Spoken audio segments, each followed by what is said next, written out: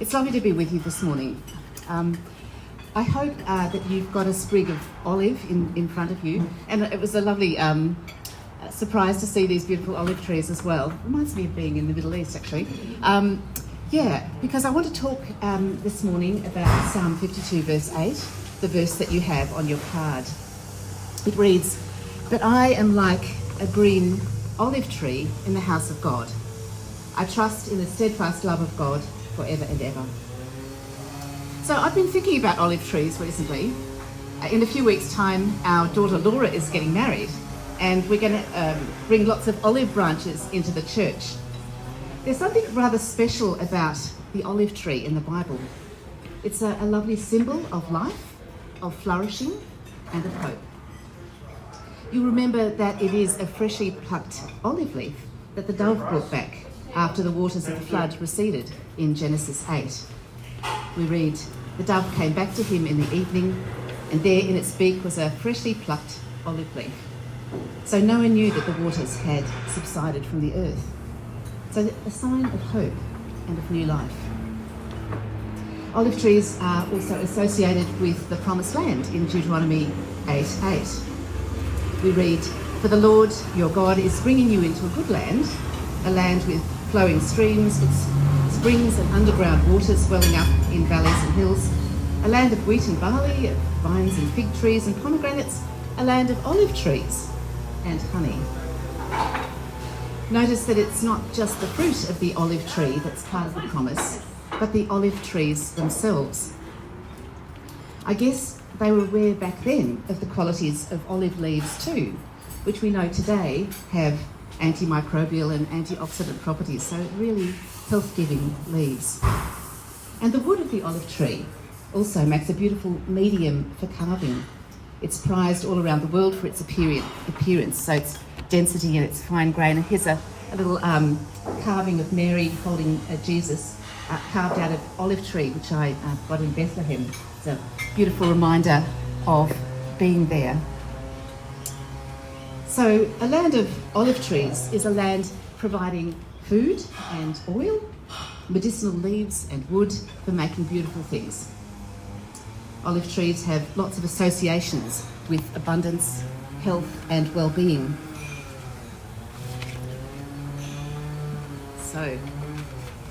And one other olive tree reference that I pick up on this morning is the verse which likens children to olive shoots around your table. There's something very intergenerational about olive trees as well. They grow very ancient, like thousands of years old, and yet there are always fresh shoots springing up from the roots of the trees. So olive trees are a symbol of life, of flourishing and of hope. Today in Jerusalem, there are olive trees that grow on the Temple Mount. And of course, the temple overlooks the Mount of Olives as well, which of course is still today a place of lots of olive trees. So when Psalm 52 verse 8 refers to being like a green olive tree in the house of God, it's not far-fetched to connect a growing olive tree with the house of God. Symbolically, this verse connects being like that green olive tree in the house of God with trusting in God, whose love is steadfast no matter what. So we find ourselves, as we've said, in challenging times on all fronts. Unprecedented floods, war in Europe for the first time since 1945, nuclear threat as part of all of that.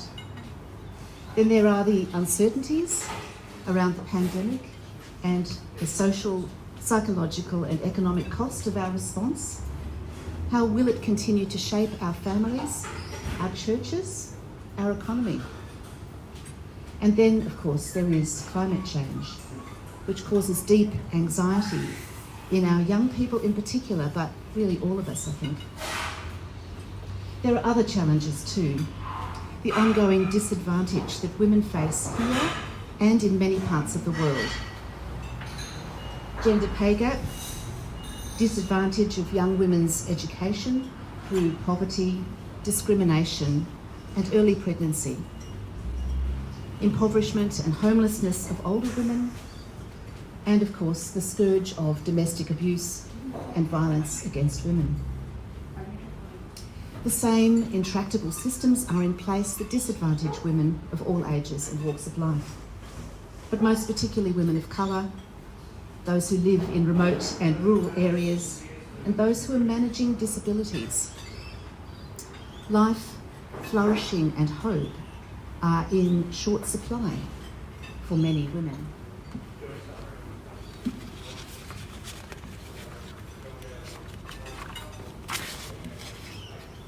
In preparing for this morning, I have been pondering on the shifts in the discourse among women in the past year, particularly young women.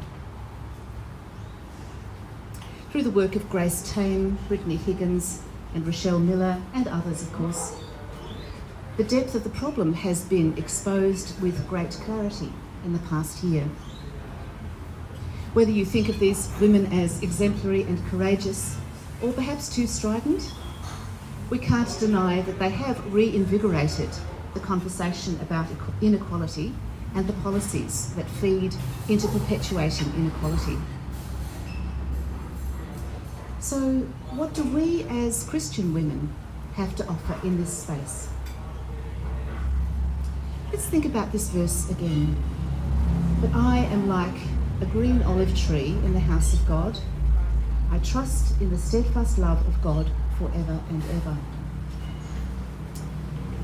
If olive trees are a symbol of life, of flourishing and of hope, being like a green living tree firmly planted in God's house, God's presence, is a sign to others of the value of life and the hope of restoration and renewal. In God's presence, life flourishes. As Paul says in Romans 4, God is the one who gives life to the dead and calls into existence the things that do not exist. So we can dream big. We are the visible, tangible olive tree to those who do not know God, but who long for a new life and for good things that do not yet exist. And we can be that olive tree in the house of God because of the second phrase in this verse. We know and trust that the steadfast love of God undergirds reality. Beneath all the conflict, the oppression and injustice, there is a deeper truth to reality. God is steadfast in love, the one in whom we can trust forever and ever. That is truth. As olive sprigs, we are small beacons of that truth. There are some other things to notice about this little gem of a verse. The word for God's steadfast love here in Hebrew is hesed. Can't quite get the loud enough, hesed, which means God's loving kindness or mercy or compassion. It's a really rich concept.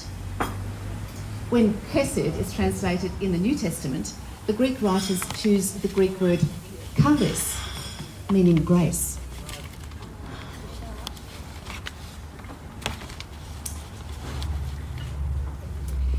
Charis or hesed refer to the loving, merciful compassion of God who gives unreservedly because it is who God is. So let's hear the verse again. But I am like a green olive tree in the house of God. I trust in the hesed of God, the gracious, loving kindness of God, forever and ever. Being like a green olive tree, I think the olive trees as we see them here, they're abundant. They're not necessarily the most lush of trees, and your little sprig of olive may well have little bites out of the leaves, or the little olives may not be perfect. I think the point is that the olive tree itself is a symbol of life and hope, no matter whether we have these blemishes, which is part of life, of course. So let me say a few words about Psalm 52, from which this verse comes. It's a psalm that speaks out against a powerful person who intends to destroy the psalmist and other good, innocent people. The opening words associated with David and his experience of fleeing from Saul. It refers to the story when David and his small band of followers find a bit of help from the priest, Ahimelech, who gives them 5 loaves of bread and the sword of Goliath, but doing so unwittingly, not knowing that David and Saul are no longer friends. Ahimelech is completely unaware that Saul has made David his enemy. This act of helping David is seen by Saul's informer, Doeg the Edomite, and that leads to the massacre of all the priests in that place. This psalm is not a prayer or praise to God in the first instance, but names someone who is mighty, intent upon shoring up their own wealth, security, and power.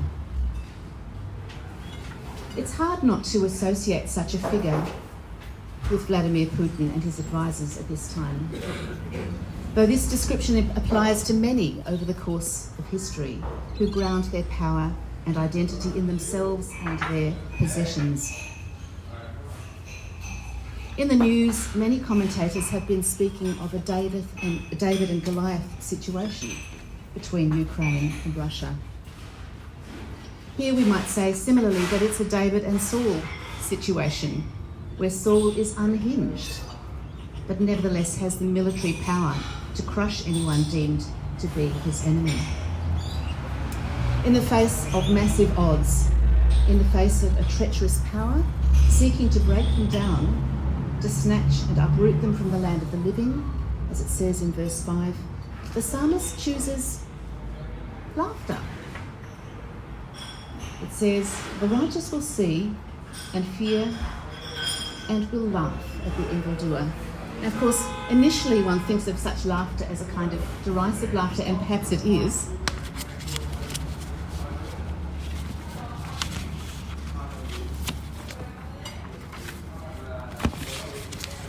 Juggling things here. But I have actually been struck by how laughter has been playing itself out in the Ukraine and Russian conflict at key moments. Amidst scenes of crying and fear, there are also scenes of Ukrainians laughing. Laughing, for instance, at a Russian crew whose tank is out of fuel and they're stuck on the road, and offering to give them a tow back home. Pretty cool.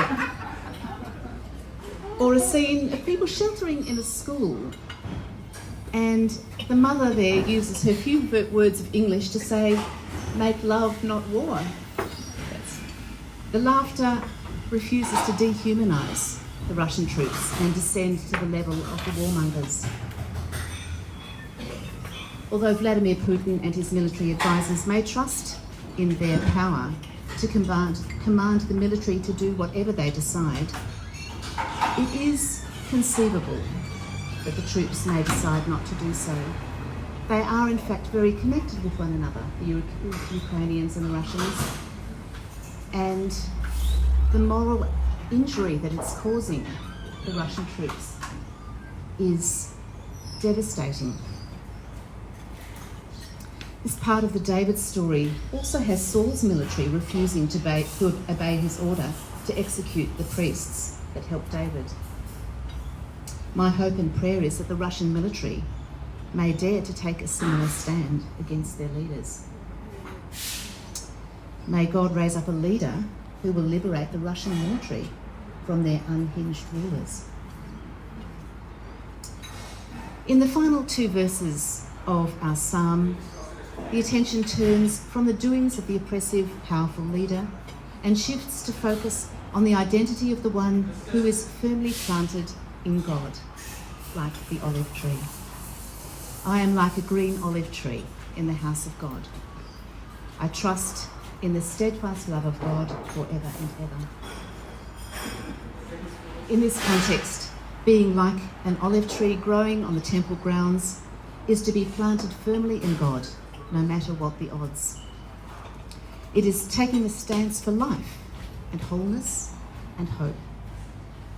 And the basis for this stance is the steadfast love of God.